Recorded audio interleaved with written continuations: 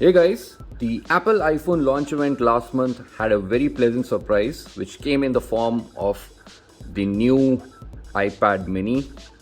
This is the 6th generation iPad mini and it brings with it a complete overhaul in terms of the design and of course the core specs.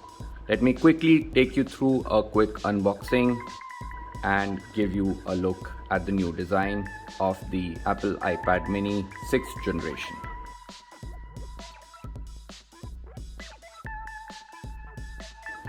There you go.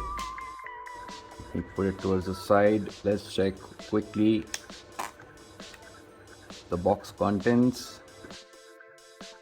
A wall charger and a Type-C to Type-C cable. The new iPad mini looks quite different than before, and that's largely due to the missing physical home button. So Apple has removed the physical home button from the front and moved the Touch ID fingerprint recognition to the top button.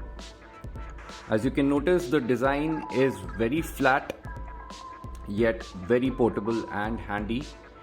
In fact, the iPad mini 6th generation is smaller and lighter than its predecessor and yet offers a larger display size.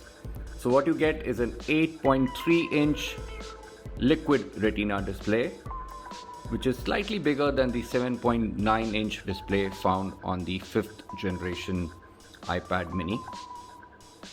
The other big change is in the processing department. The latest iPad mini gets powered by the A15 Bionic chipset, which is the same flagship processor found on Apple's flagship Apple iPhones. The latest 13 series lineup.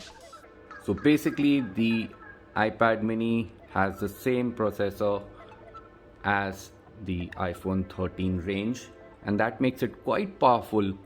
There's a change in the camera department as well. So 12 megapixel sensors both front and back, and video recording up to 4K at 60 FPS.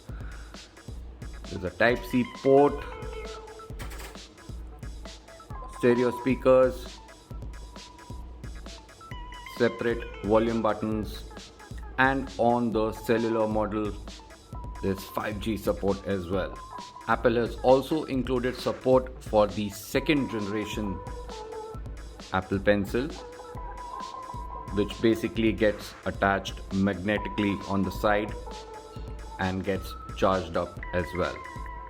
So a very handy portable tablet, very powerful. This, guys, was a quick look at the latest Apple iPad mini 6th generation. This is Deepak signing off. Thanks for watching.